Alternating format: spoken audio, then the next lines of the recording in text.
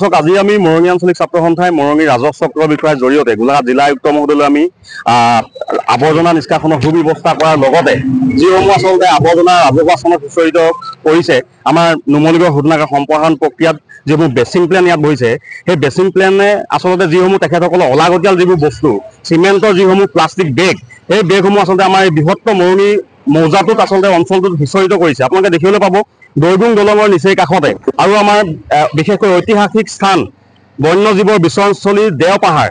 এটা সৌন্দৰ্যময় পৰিৱেশ তাত তেখেতসকলে এই অলাগতিয়াল দ্ৰব্যসমূহ নি পেলাই একদম প্ৰদূষণৰ সৃষ্টি কৰিছে। তাত গোন্ধত মানুহ থাকিব নোৱাৰে। যিটো সময়ত ভাৰতবৰ্ষৰ প্ৰধানমন্ত্ৰী আচলতে স্বচ্ছ ভাৰত অভিযানৰ কথা কয়, মুখ্যমন্ত্ৰীয়ে স্বচ্ছতাৰ ওপৰত কথা কয়, সেই সমূহ ৰাজহুৱা মানে চৰকাৰী আচলতে নীতি নিয়ম ভৰিৰে মোহাৰি পেলাই এই বেচিং প্লেনসমূহে যিটো কাৰ্য কৰিছে আমি আচলতে তীব্ৰ ভাষাৰে গৰিহণা দিছোঁ। আমি নুমলীগড় শোধনাগাৰ কৰ্তৃপক্ষকো আমি ক'ব বিচাৰিছোঁ, আমি বিভিন্ন সময়ত দেখিবলৈ পাওঁ কোটি কোটি টকা খৰচ কৰি লাখ লাখ টকা খৰচ কৰি তেখেতসকলে মানে স্বচ্ছতাৰ নামত আচলতে ঢাক ঢোল বজাই আছে। কিন্তু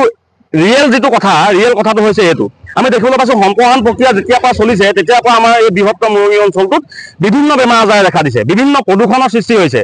তৎসত্বেও তেখেতসকলে যে এই মানে কেৱল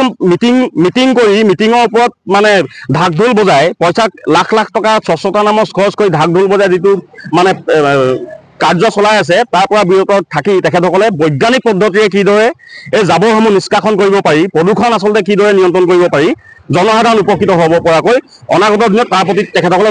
লক্ষ্য ৰাখক। আৰু এটা আমি কথা ক'ব বিচাৰিছোঁ, অহা সোমবাৰৰ ভিতৰত যদি ৰাজহুৱা স্থানত যিসমূহ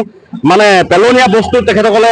সিঁচৰিত কৰিছে বেচিং প্লেনসমূহে সোমবাৰৰ ভিতৰত যদি তেখেতসকলে চাফা নকৰে, পৰিষ্কাৰ যদি নকৰে সম্পূৰ্ণ এই অঞ্চলসমূহ, তেতিয়াহ'লে আমি অহা সোমবাৰৰ পৰা সমূহ বেচিং প্লেন আমি অনিৰ্দিষ্ট কালৰ কাৰণে আমি বন্ধ কৰি দিম।